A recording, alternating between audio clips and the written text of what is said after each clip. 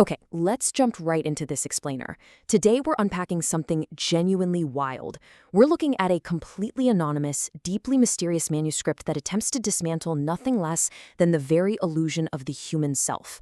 The work is called The Unspeakable Frequency, and honestly, its backstory and the profound effect it has on anyone who reads it is just as gripping as the text itself. So we're going to break this whole thing down step by step. You are not reading this. This is reading you. I mean, how eerie is that? That's the unsettling opening line of a water-damaged notebook sent in by someone going by the name Elias 23 Thorne. And this text, it was so powerfully disruptive, so paradigm-shifting, that a veteran publishing editor read it and literally quit her job on the spot. She just left a simple note saying she finally understood and she couldn't work there anymore. And the publisher? Well, they actually considered that a glowing review. The crazy part is, the author didn't send a biography, no cover letter, no marketing pitch. Just a single sticky note that read, "Print it. They'll know what to do with it." Thorne explicitly warns right out of the gate that this isn't some traditional, step-by-step self-help guide. In fact, he claims that trying to explain things is the enemy, because the second you try to explain a living vibration, you kill it. Instead, this manuscript is meant to act as a literal tuning fork. It's designed to fundamentally alter your consciousness so you can perceive what he calls the frequency. Thorne argues there are 3 specific gates to stripping away our false identity. Let's start with position 0, the body breaks. To understand this very first gate, we have to look at ancient traditions, stuff like fasting, sweat lodges, sleepless vigils. They were actually incredibly sophisticated. They understood that you have to use the physical body to bypass your intellect's heavy defenses. You see, we make this foundational mistake all the time. We confuse our physical body, the vehicle, with the passenger. We burn through an unbelievable, almost incalculable amount of metabolic energy just trying to maintain the narrative of who we are. It is exhausting, non-stop work, constantly forcing reality to fit our self-concept. But what happens when that energy budget just runs completely dry?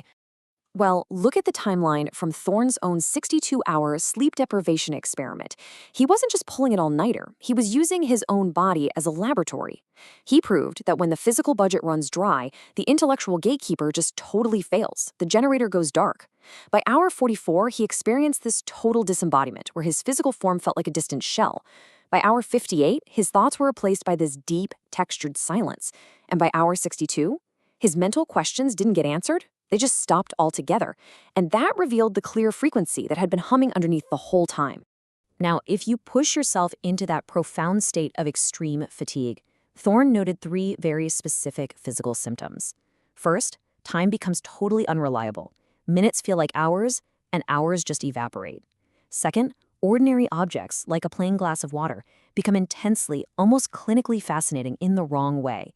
You start staring at the light refracting through it rather than seeing it as a tool to quench your thirst. But the third symptom is absolutely the kicker. You begin to actually hear your internal monologue as an object outside of yourself. That marks the exact moment you finally realize you are not the voice in your head. You're the silent thing listening to it. Which brings us to the next gate. Position 1, logical exhaustion. This kind of exhaustion hits when our mind, which, let's face it, is a brilliant pattern-matching machine, just completely runs out of road. Sure, intelligence is incredibly useful for everyday survival, but when you're trying to grasp the core of reality, it actually becomes a massive obstacle. You literally cannot categorize the container by using its own contents. It's like trying to understand the actual territory of reality by just staring at a map. The ego is just a map trying to read itself, totally disconnected from the real world. The mind trying to analyze the frequency is exactly like a single wave trying to understand the vast ocean by studying its own ripples. It just doesn't work. I mean, try it right now. Try to completely blank your mind. Go ahead.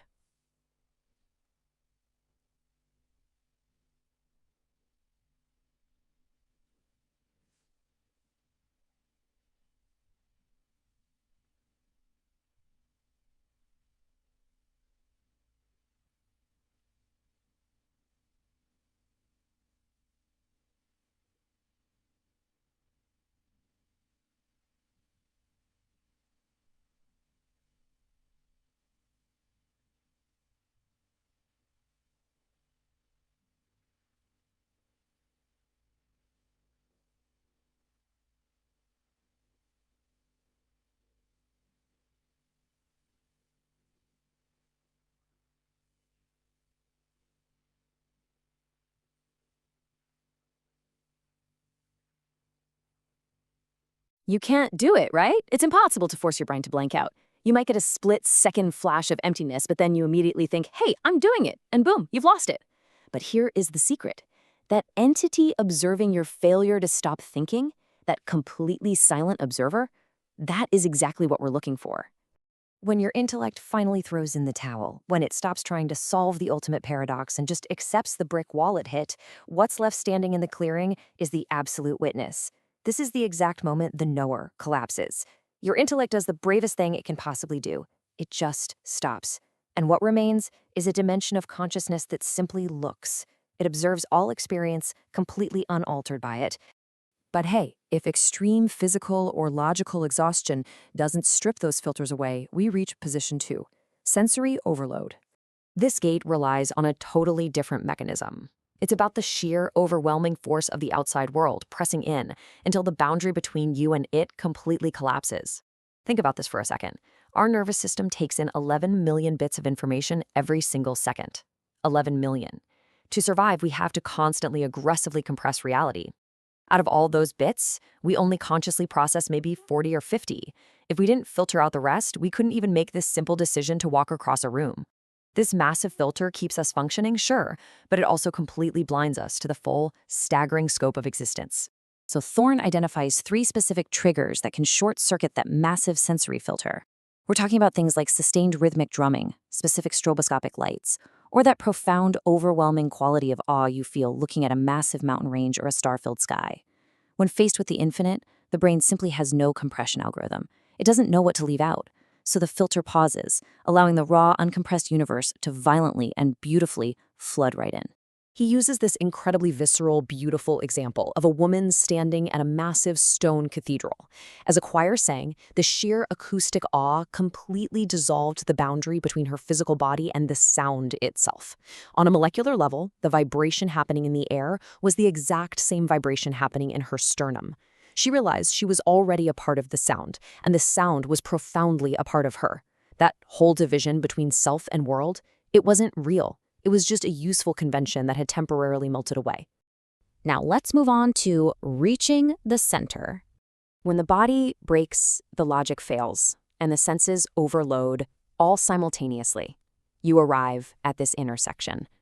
And it's not a physical place, it's the space where the exhausting performance of the separate self simply runs out of the energy required to keep itself going.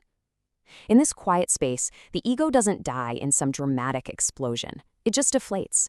It becomes a proportionate, useful tool rather than your demanding master. And what reveals itself in that cleared, open space is the frequency, the silent ground current that has literally been powering your existence this entire time. You realize you've been mistaking the heavy machinery for the actual power source. At the center, something incredible clicks. You realize that the author of the text, the manuscript itself, and you as the reader are structurally the exact same entity. We're just temporarily pretending to be separate. The gap between us is just another expression of this exact same frequency. It's the universe extending itself into form, playing this elaborate cosmic game of hide and seek with itself. Just let that sink in for a moment. You are what you are seeking. Returning to ordinary life. Now, Thorne makes it incredibly clear that you cannot stay at the center forever. This isn't some permanent retreat from reality. You have to reinflate your ego so you can pay your bills, drive in traffic, remember your name, and live a functional human life. However, once you've visited the center and experienced this dichotomy, the permanent texture of your ordinary life is subtly but fundamentally changed. Instead of endlessly exhausting yourself with narrative maintenance, you seamlessly tap into the ground current. You'll still get frustrated in traffic, you'll still feel regret, but beneath it all, you know that quiet, steady hum is always there. You might even briefly slip back into this state without trying, maybe through intense grief, or simply by observing the eerie, suspended silence of a city at 4 a.m. Thorne calls this the gap between the day's stories. It's an intersection where the future seems far away, the past recedes, and the present moment is wonderfully emptied of its usual crowding. It's just you and the raw hum of existence. And Thorne emphasizes a crucial point here. There is absolutely no technique to master. There is no schedule to keep, because the frequency is already running completely uninterrupted right beneath the noise of your mind. We all love our step-by-step self-help techniques, but a technique requires a self to perform it, which entirely defeats the purpose. You don't need a rigorous method. You just need recognition. So, I'll leave you with this final provocative thought. Are you ready to listen for the ground current running beneath your own story? Will you finally stop mistaking the machine for the power source? Look, the next time you are genuinely, deeply exhausted, instead of automatically reaching for your phone to distract yourself, will you just sit in the quiet and listen for the signal that you've been broadcasting all along?